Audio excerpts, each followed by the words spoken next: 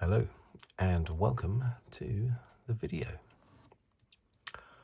In this one, I thought I would take a look at an amazing race, really, a famous race from 1996, the 1996 Monaco Grand Prix. So I thought I would just have a little look at it. I knew certain details about the race, like, for instance, who the three finishers were, that sort of thing. Yes, only 3 finishers of the Grand Prix, but I had to refresh my memory on some of the facts and figures. Joining me for this will be, and he might join me on all my F1 videos where I don't have pen and paper involved, and that's Lewis Hamilton, his W15 from 2024. The last Grand Prix that he won a Grand Prix in. Not a race because of the sprint races, but the last one that he won a Grand Prix in. Anyway, this is not about Hamilton's Mercedes. So yes, the 19th of... also, I should say, I've got a bit of a sore throat. Hence, my voice sounds a little bit croaky, and every now and again, I will be suddenly stopping and drinking some water. Yeah, so 19th of May, 1996. I remember the race quite clearly, or aspects of it anyway. 75 lap race, was supposed to be a 78 lap race, but it was wet race. It rained for the first time all weekend, just shortly before the race, not long before the race. And because of that, they gave an extra 15 minutes sort of shakedown before the race started. Not all the teams went out, though, to test the conditions, because a number of them had little offs, little dings, little accidents, and so some of the teams didn't want to risk their cars. So they didn't actually go out for that session.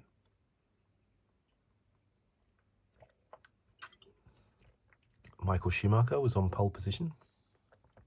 This was the first year that Schumacher was in a Ferrari.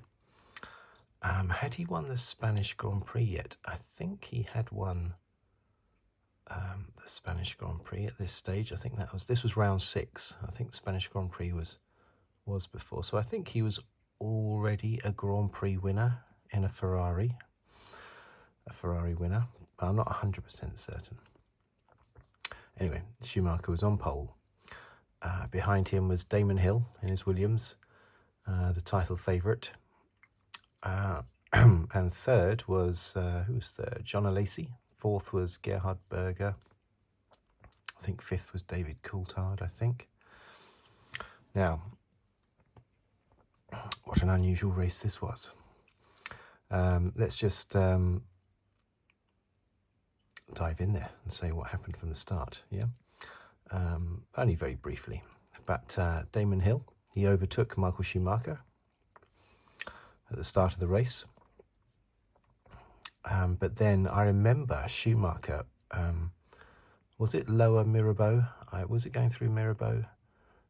Is that the one just before Poitiers and the tunnel? I'm not very good with corner names, even though the Monaco ones haven't changed apart from the Lowe's hairpin. That has changed, doesn't it, the name of that one? But yeah, anyway, Schumacher crashed. Was it on lap 1 or was it I think it was lap 1.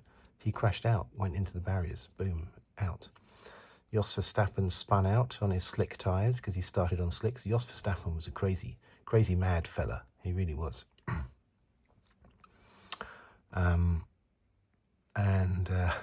He could be very, very fast. I've done a video on Jos Verstappen. He could be very quick, but very erratic, would take risks that he shouldn't take and gambles and things like that. And in his career, he only ever had 2 third places, and that was it.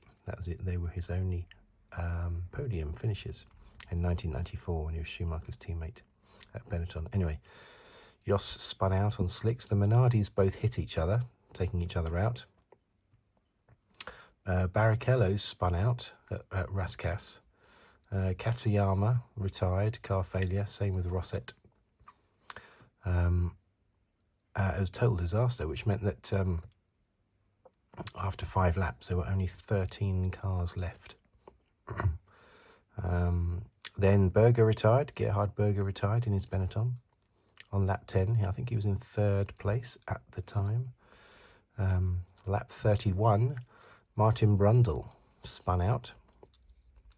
I don't know what tyres he had, but he spun out. Lap 34, Olivier Panis. Now, Panis had started 14th on the grid. And he had basically stayed intact whilst everybody else around him was retiring. And on lap 34, he got past Eddie Irvine, who had been in 4th place, holding up a train of cars behind him. Panis got past Irvine, who then had a bit of a spin. This sort of rings a bell. I read this just now, and it sort of does ring a bell that he took his belts off. He took his seat belts off, thinking he was retired, but then his car fired up again. Did he get it back to the pits? I don't know. Anyway, I've got this memory of him taking off his seat belts and then getting back in again. I was reminded of this reading up about it online. Anyway, so he rejoined the race, put his seatbelts back on again, and rejoined the race. Eddie Irvine. So that then meant that Damon Hill led in his Williams. Williams Renault, I think it was, wasn't it? He led Jean Alesi in his Benetton, who was then ahead of Olivier Panis in his Ligier. Now, Ligier had not won a race since 1981 and had won 8 races in total, and this would end up being their final year in Formula One. Ligier, who were founded by Guy Ligier, or Guy Ligier, for the correct French pronunciation, who was a former F1 driver and rugby player, I believe, as well. Again, I had sort of forgotten that, but it does ring a bell when I read it up earlier. It does ring a bell that he was a rugby player as well. Anyway, that was in 1968. He founded the team.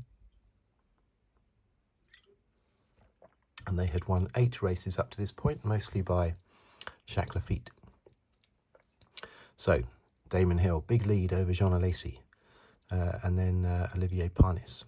On lap 40, and I remember this, Damon Hill retires. Now, he was the one really going for the championship, probably against his teammate Villeneuve, his rookie teammate, Jacques Villeneuve. But he got a failed oil pump, suffered from a failed oil pump. And I remember him, he came out of the tunnel, I can picture it now.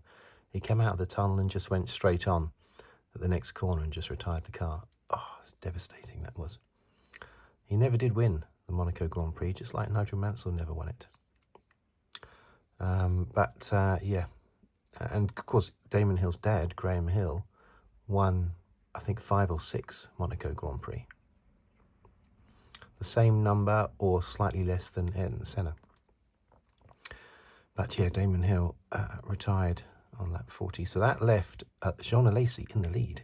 Now, Jean Alesi at that point in his career had nearly won lots of Grand Prix. He had won the previous year's Canadian Grand Prix after Michael Schumacher had gearbox issues, and Alesi won the race in, what was he in 95? Was he in the Ferrari? Yeah, he was in the Ferrari in 95. But Jean Alesi had looked like he was going to be a Grand Prix winner from the first moment he entered F1 in the French Grand Prix in 1989 when he came 4th. I remember that well. And he was fantastic in the Tyrrell in 1990 as well. But then it just never seemed to go for him, a bit like Nico Hulkenberg, never quite managing to get a podium until he did last year.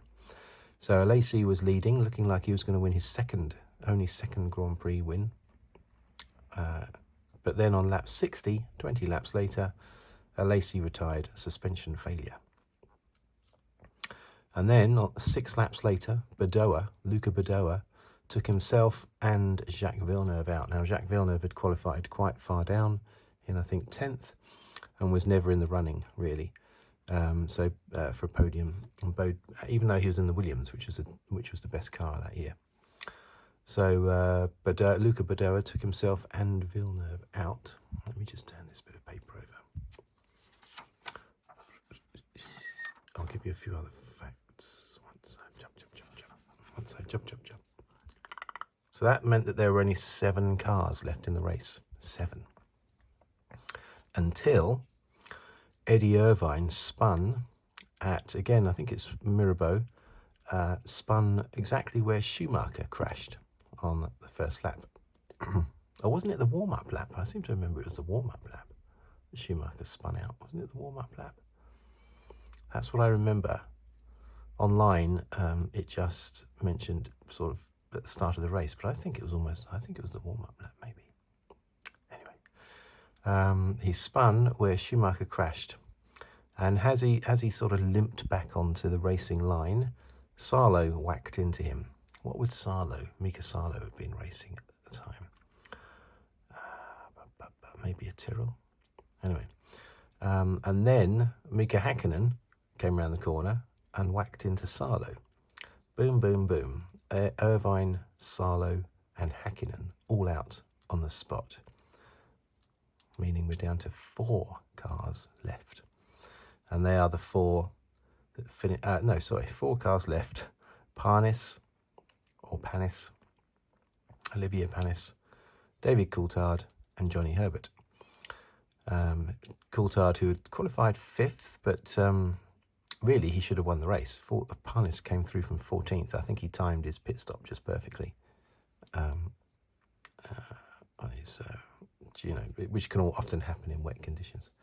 Johnny Herbert had worked his way up to 3rd. Johnny Herbert started 13th. So, and Frentzen was 4th. Now, Frentzen was last, so he decided to pit. He thought, might as well, he's not going to lose 4th place. So he pitted for fresh tyres and therefore did not finish the race, because I think he did that on the last lap. Great race for Sauber, because Herbert and Frentzen were Sauber teammates. So that was a fantastic result for Sauber, 3rd and 4th. So crossing the line, we only had 3 cars. Olivier Panis, who qualified 14th, David Coulthard, who qualified 5th, and Johnny Herbert, who qualified 13th. The others were all classified finishers. 4th, Frentzen, and then 5th, Salo, 6th, Hakkinen, 7th, Irvine. So Irvine just outside the points, because the points only went down to 6th place. But those 3 were classified there. I don't know why, don't know how they put Salo and Hakkinen ahead of Irvine, when Irvine would have been ahead when the accidents happened. But anyway, doesn't matter. But yeah, that was an incredible performance. Panis had been quickest, even though he qualified 14th, he had been quickest in warm-up. Back then, you used to have a half-hour warm-up session at about 10 o'clock in the morning. And it would often give a clear indication as to who was going to do well in the race, who had the best race set up, that sort of thing. And he was quickest in that warm-up. The cars, the Ligier Honda. It was Ligier's last win in Formula 1, their 9th win, and their first since 1981. I don't remember actually, but was it Jacques Lafitte in 1979 won the first 2 Grand Prix in a Ligier that year, and was his car then, was the Ligier then had to take some bit off it that the other teams kicked off about? I don't know, I can't remember now, but Lafitte didn't win any other races for the rest of the year, but he won the first 2 races in his Ligier in 1979. He won most of Ligier's races. Before he had that terrible accident in, it was him, wasn't it? Yeah, Jacques Lafitte, in the 1986 British Grand Prix. And his record equaling 176th Grand Prix start, equaling Graham Hill, Damon Hill's dad. But he didn't manage to do his 177th because he crashed and smashed his legs up and retired from F1. That was the end of Jacques Lafitte's F1 career. Anyway, so this was Ligier's 9th win. It was the only win by Olivier Panis, and we never had, or we didn't have, another French winner of a Grand Prix, which would have seemed incredible at the time, having had loads in the 80s and up to the mid-90s. We didn't have another French winner of a Grand Prix until Pierre Gasly in 2020, Monza. 24 years we had to wait for another French Grand Prix winner. Amazing that. This race by Ligier was also the only win outside of what was the Big Four at the time. Big Four teams, McLaren, Ferrari, Williams, Benetton. And outside of those Big Four teams had won every race between 88 and 97, apart from this one. But it was a very strange race, just like 1982, where the lead changed about 15 times in the last couple of laps due to everybody running out of fuel and having incidents. This was another bonkers Monaco Grand Prix, but very memorable. Yeah, what are the stats? Oh, yes, only 21 started the race. Jean Alesi had the fastest lap in his Benetton. You could say he should have won the race. You can say Damon Hill should have won the race. But I remember thinking that Panis deserved it, really, because he did fight his way up through the field, you know, heroically, basically, from 14th on the grid, and he had been quickest in the warm-up session. Martin, did I mention Martin Brundle? He spun out. I did mention that on lap 31, didn't I? Yeah. There's lots of retirements. Lots of retirements, of course. 3 out of 21 finished the race. And it is still, to this day, the smallest number of finishers in a Grand Prix. And I can't see that ever being beaten, that record, because cars are a lot more reliable now. I mean, even back then, 3 was ridiculously low. Normally you'd get, on a bad week, a bad Grand Prix, you'd get 8, 9, 10 might finish. 10 would probably finish on a bad Grand Prix weekend for retirements. A good one would be about 15 out of 26. A bad one would be 10. So 3, that's terrible.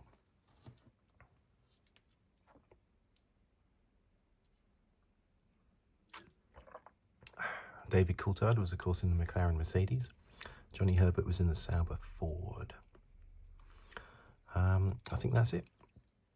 I don't think I've got anything else left to say about that. And I keep tripping over my words because of my dodgy throat. So I think I'll end it there. Thank you for watching. Thank you for listening. I hope you enjoy the Monaco Grand Prix this weekend. I'll be doing a video just after the Grand Prix. And yeah, if you want to subscribe, please do so. Or like the video, or comment on the video, or leave a tip on the thanks button below the video. But the main thing is that you are watching and listening. That's the main thing. But also, please subscribe. That's always a big thing, and doesn't cost anything to do so. But it does benefit me a lot with the algorithms. Okay, right. Thank you very much for watching and for listening. Let me just put Lewis down.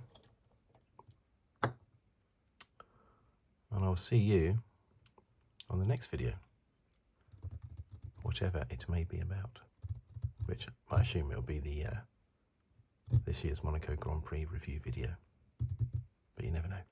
Right, thank you.